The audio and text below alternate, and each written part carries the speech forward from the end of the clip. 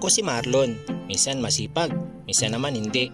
May pagkakataon din na may pakialam sa mundo, minsan naman walang pakialam. Pero kahit ganito ako, may pangarap din ako sa buhay, para sa pamilya. Ito na nga, nililigpit ko ng aking mga gamit kasi bigla kong naisipang mag-grocery para idagdag ko dun sa aking maliit na tindahan.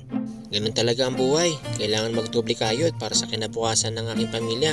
Sayang din kasi ang oras at panahon para sa extra income.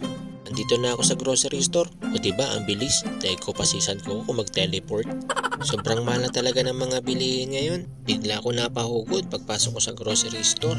Mga bilihin na lang ngayon ang hindi napapagod magmahal. Ito ang nakakaloka. Kung pinag-grocery ko yung 1K ko kanina, paglabas ko ng supermarket, K na lang ang natira. Shoutout nga pala sa mga security guard at cashier kung saan ako nag-grocery. Kita-kita ulit tayo dyan sa susunod kong pagpunta. Nandito na ako sa